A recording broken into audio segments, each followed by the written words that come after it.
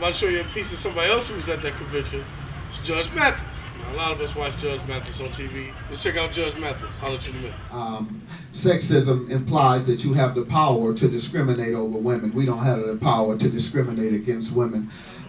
Discrimination by employment, by economic sources, and otherwise. Misogynism is degrading references to women. But let me say that I stopped by to try and close this generation gap that exists between the older generation and the hip-hop generation. It is sad to see that we have allowed the powers that be turn us against each other.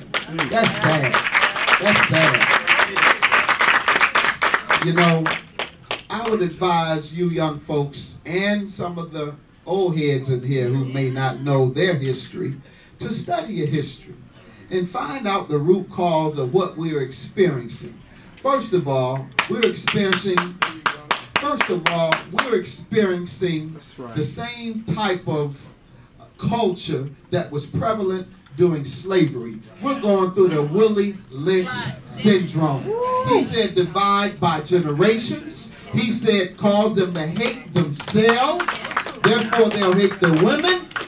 Therefore they'll hate their community. Turn the young against the old. And we'll never have to worry about them again. Much of what has happened to hip-hop, which began as a revolutionary form of art expression against the powers that be, you've been tricked into turning it on yourself. It started out with Africa Bambaza. It started out with Public Enemy, fighting the powers that be. And now you've allowed them to trick you by telling you, don't bring you any CDs that speak to self-consciousness and black awareness. Bring me the CDs that talk about the street. I'm from the street. I have no problem with the street culture. But I wanted to come out of the street. And once I was out of the street, I didn't glorify the street. I didn't go back and say, I want a package. I want to put a package down in the street. Give me a dime on the corner so I can get my action on. No, I said, let's rise up and fight back.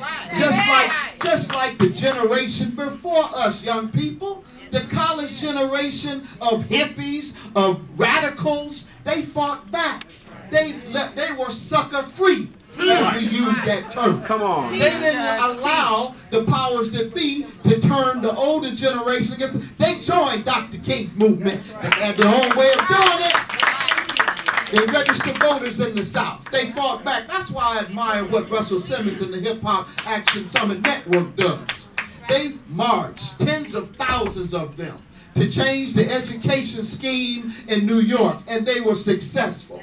They marched, tens of thousands of them, to change the draconian laws of the Rockefeller system that was sending our brothers away forever because of economic crime of drug dealing. That's what I'd like to see from the hip-hop community. Stop allowing them to turn you all against the older generation and to turn you against yourselves and to turn you against your women and to turn you against the rest of the youth and to call our youth that are doing productive things, calling them squares and lames, and you think that because you are living a self-destructive life that you're the man. No, you're not the man until you fight back against what is holding you down. Until you do that, you're punked.